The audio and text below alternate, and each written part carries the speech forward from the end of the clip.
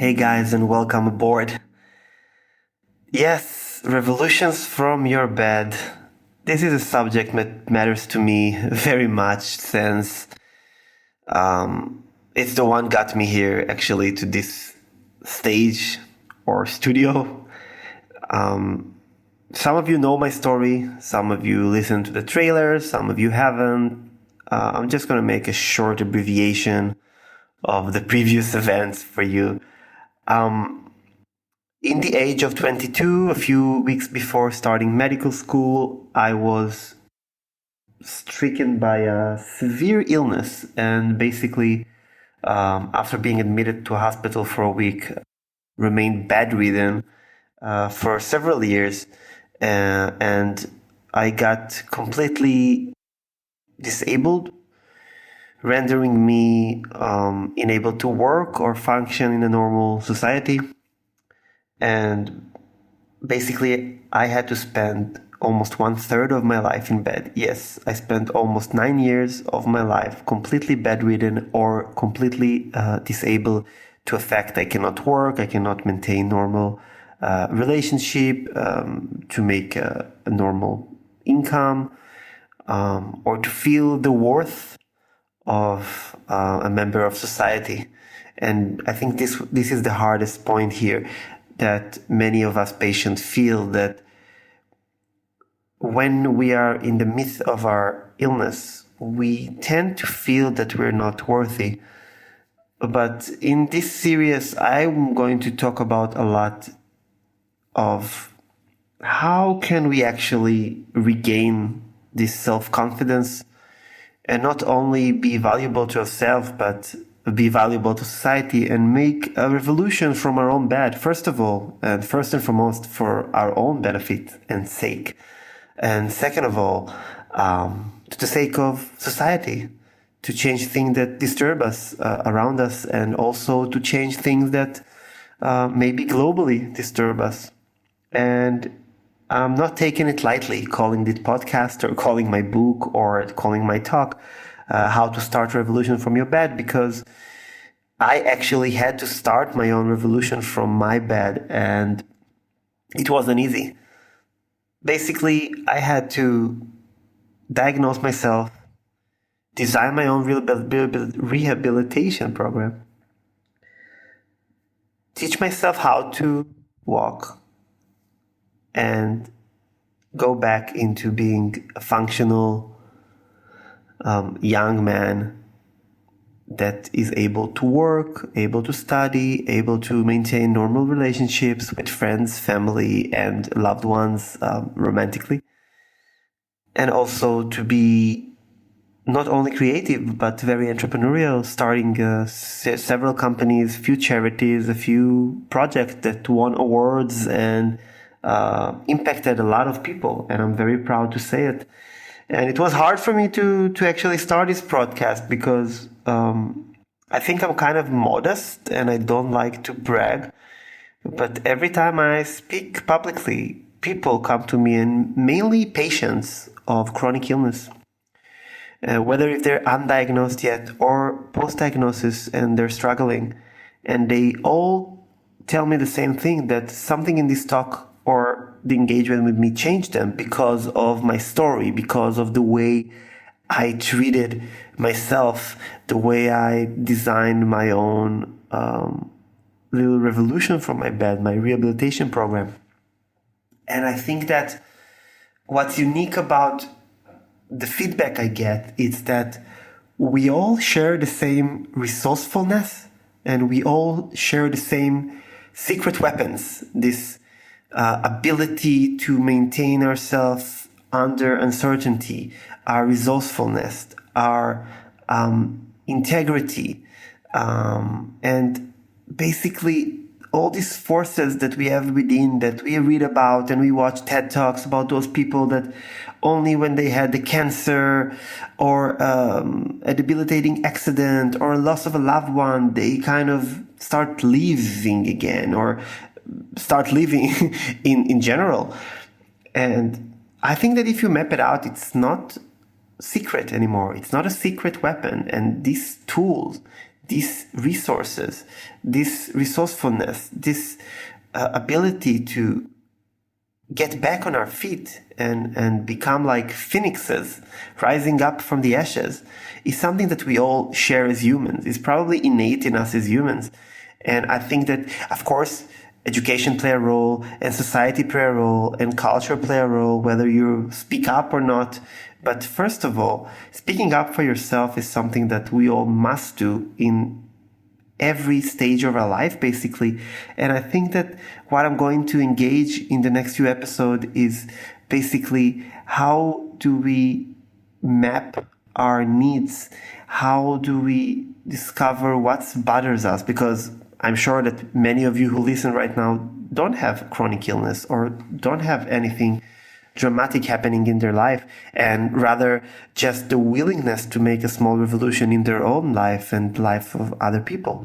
So I think that basically the fact that we all share the same resourcefulness and the same tools, we can actually speak in the same language, in the same terms to all of you, whether if you're a patient, a doctor, a millennial, a student, a retiree, a veteran, everybody who wants to make a small revolution in his whole life, I think it's the right place to listen to. Not because I'm this kind of coach that charge a lot of money per session and I want people to pay me, rather because I lost 1/3 of my life of staying in my sickbed. And basically all I'm trying to do since I got better is to get people out of their own sickbeds, out of their own beds, out of their own areas or zones of comfort. And I think that we all share the same resourcefulness and we can all basically benefit from it. But today, in this short episode, I want to start by talking about why do we need to revolutionize our own life? And is being in a comfort zone really that bad? And yes, I think that we people that are having this first world problem of needing to kind of revolutionize something that it's already working. You know, we have some income, we have a shelter, we have electricity, everything is perfect. We have healthcare systems. We can basically live our life very conveniently, just going to school, then going to college and, get married, have kids and live our life like this. But I hear more and more and more people who are just fed up with their own life because they're not connected to their inner parts that speaks their truth. And it's very hard for me as somebody who spent, I'm not saying wasted, but spent so many years lying in bed to look at other people and see, wow, you can climb upstairs, you can get up and sit up in your bed and actually get up and walk. And you can pick up stuff from the supermarket and you can go to work and you can hug your loved one, you can hold your child, you can walk your dog. Why are you complaining when other people don't have the same richness that you have?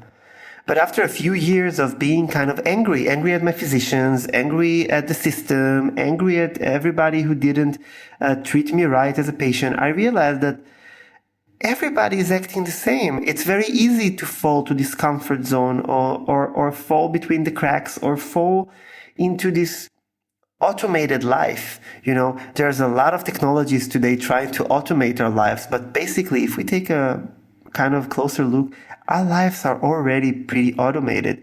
We have the same structures, same expectations from societies, and most of us will fall to this path because we don't have other choice.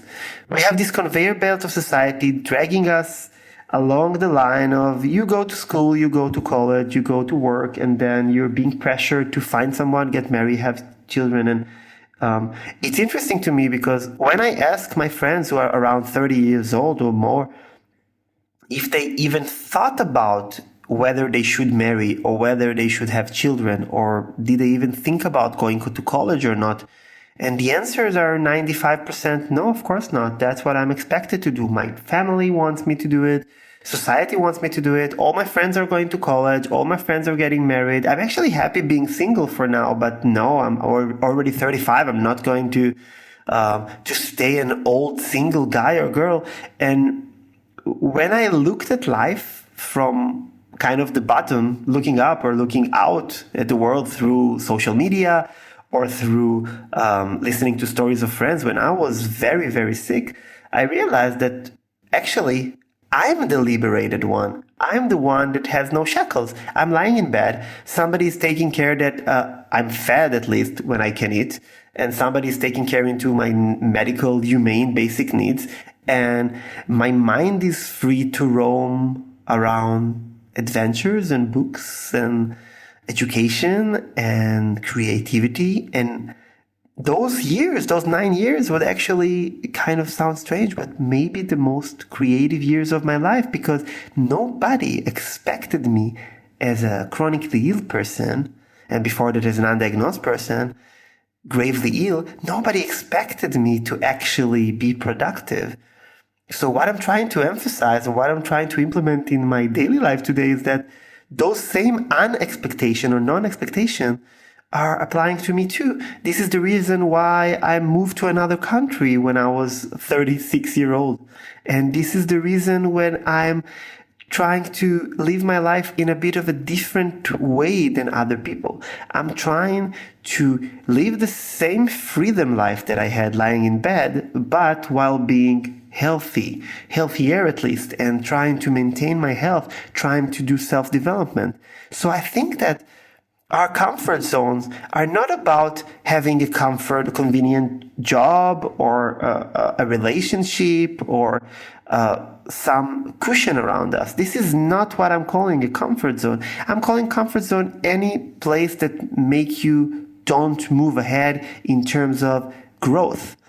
If you're feeling you're not growing, if you're feeling wear down, if you're feeling burned out, if you're feeling fatigued, and even if you're completely healthy, we'll talk about the fact that no one is healthy today, basically, but even if you're feeling completely healthy, I don't see a reason, if you're feeling that you're not growing every year, every month, or some people every week, I'm not seeing any reason why not changing it. Yes, and you can buy a bestseller book and read it.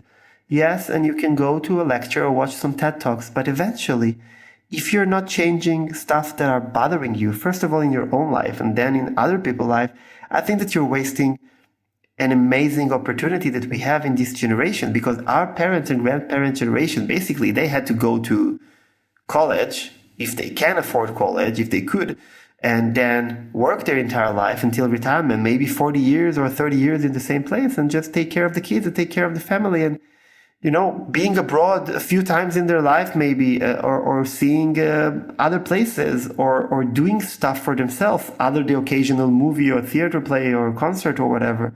And we are this spoiled generation that can engage so much of their time in self-development, but yet we don't do it. Yes, of course, we have the online courses and we have the TED Talks and we have all the books and all the podcasts in the world, but I don't see a lot of people walk the walk and not doing the talk. I've been approached by hundreds of people in the last 10 years wanting to change their life, willing to change their life, and it's basically all the same. I want to, but I'm too lazy to do it, or I don't have an incentive. So the thing I'm going to talk about is basically hitting rock bottom. And a lot of things I'm going to talk about in this series of podcasts is derived of two main people who affected me while I was lying in bed. The first one is the amazing Dr. Viktor Frankl, who was a prisoner in Auschwitz. He was a neurologist, a psychiatrist in Vienna. Funnily enough, life is closing circles for us because I'm living in Vienna today. And Viktor Frankl was a Jewish person, Viennese, who devoted his life to help others, but he did a lot of research. And he was living during the Second World War, and he was taken to Auschwitz. And there he noticed something very strange. Some people were surviving the time as prisoners, if, of course, nobody shot them or gassed them. I'm afraid I'm Jewish too, and my family, part of it, is a Holocaust survivor, and it's a tough topic to talk about. But those people there were starved to death, was disease-stricken without treatment. But if nobody shot you or killed you, some people, no matter if they arrived to the camp in better physical situation or physique, they tend to die, and some people, weaker looking, they tend to live more or longer. And what he found out in his little study he conducted is that those people who survived usually share the same common thing. Those people had a willingness or something to live for. They had a will to survive, so they could bear the how and the what. And usually it was, my loved one is waiting for me outside. I have to find my family when I get out. I need to win this for my people. I need to get back to my children. But people had reasons. And if they convinced themselves they had reasons to live, a lot of them actually survived. So Viktor Frankl went on and developed a psychotherapy methodology called logotherapy, basically based on finding meaning for life and finding reason and taking responsibility over our own life. And we're going to devote an entire episode for this. And the second amazing person is Anthony DeMallo. He was a clinical psychologist, an Indian clinical psychologist, but he was also actually a Jesuit bishop. He was a priest. And everything he did was to combine his scripture learning and meta-thinking and philosophies into modern clinical psychology. He's active in the 80s and 70s and 80s mainly in New York and in other regions in the world. He actually combined those two learnings into a really practical coaching system that is very similar to what Frankl has done, just to wake people up. His awakening seminars were world-renowned, and basically he convinced people that they need a reason to live as well. And he was talking a lot about hitting rock bottom. And for me, after lying in bed for years without getting diagnosis, I had to reach a moment in which I'm reaching rock bottom. And when I reached rock bottom and I was sick of my sickness and sick of my illness, I was not physically sick, but also mentally, I had enough. Those comfort zones tend to serve us in many, many ways. And I was cushioned to the fact that I didn't want to live bad. But only when I got to a moment in which I couldn't function to the fact that I not even able to go to the bathroom by myself, I realized that reaching this bottom of the pit was what I needed, because for years illness served me. And it's funnily enough, because we know now about chronic illness remissions, I had a few remissions that for a few weeks during a year, sometimes I could actually leave bed, and I was picked up by friends and joined them for dinners and restaurants sometimes and so on. So I remember this time that for almost 2 months, for like a few weeks, I could go out with friends. I was pale, I was weighing less than 60 kilograms, but I was so happy that I could go out. And actually I was even pursued by a couple of girls back then, and I thought to myself, wow, this is lovely. I'm sick and people care for me, people tend to me, my family, my friends, this is great. And even girls like me, even if I'm that sick, I don't have to work, I don't have to do anything. And it's too scary out there in this scary world that everybody needs to enter this conveyor belt and sit on it and move through life, and I can postpone it maybe. And when I reached my rock bottom, and I'm going to tell my story more in thorough manner next time, I realized that the change must come from within, and I have to find the reason to live, and I have to find the reason not only to live, but the reason that justifies me going through this crazy hurdle of getting better and teaching myself how to walk again, and actually going back to life, developing a responsibility, taking over my own life, responsibility, taking this responsibility not only over my own life, but over things that bothered me. And for me, it was the way patients are being treated throughout the world and throughout the educational system around the world, and the paternalism in healthcare, and the loneliness of patients, and also emergency care was always something I was fascinated about, because I was volunteering as an EMT before I got sick. So I wanted to tackle those subjects, and those subjects actually helped me to get better. And only after reaching rock bottom, realizing that this comfort zone is too comfy and I want to do something else, but not only for myself, but for other people, then I could actually start to map my own problem.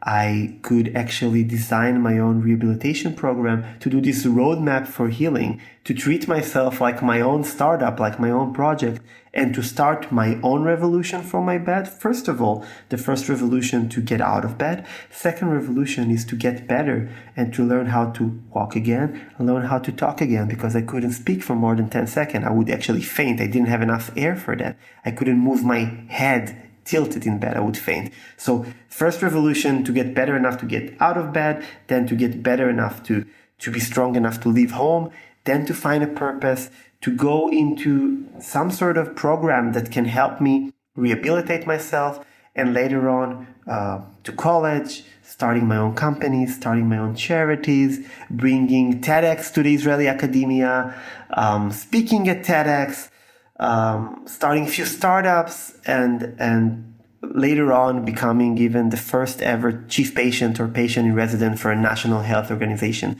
So this little revolution was based on the fact that I needed to hit rock bottom. I needed to take responsibility and revolutionize my life. And what we're going to talk about in the next few episodes is actually, how do we induce this rock bottom?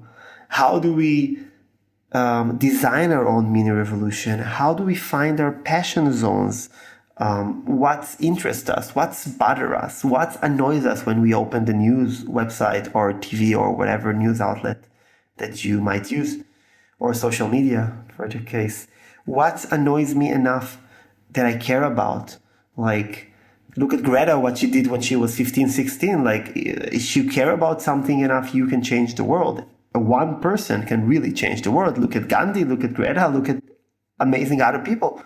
And I will talk about these subjects in each episode. In some episode, I'm going to host, interview, or bring recordings from the world's leading experts and basically best entrepreneurs, best people from business, from medicine, from other fields, close friends of mine and new friends of mine that actually revolutionize their lives, revolutionize other people's lives. And we are going to talk about a lot of inspiring people, inspiring moments, and inspiring incentives to start your own revolution from your beds and from your own comfort zone into other people's lives. And this episode is a bit shorter because I wanted to introduce what we're going to talk about, but I want to stress that everything that I'm talking about is based on my own revolution and my own finding. I'm not going to give any medical advice, even though I have an extensive medical knowledge and education. I'm not going to give you patients anything that might conflict with your professional advice. I'm not going to give any professional psychological advice because I'm not a psychotherapist. But I do going to talk about from my own experience, revolutionizing my own life and maybe others, talking about how you can change your life, how you can get better, how you can feel more meaningful, and how you can do better and grow. Thank you so much for joining me today in this first episode. I'm super excited. And if you haven't listened to our trailer, it's short, it's around 8 minutes. And I really recommend to listen to it. It's going to be the abbreviation of my life story. And in the links here, you can find my TEDx talk. You can find materials about me, stories about me if you want to learn more. And if you want to contact me, feel free to ping me in any social media listed below or on my website. It's roy.sternin with an h.com or roy@sternin.com. Feel free to comment and have a wonderful continue of the day and the week. And I see you soon. Thank you.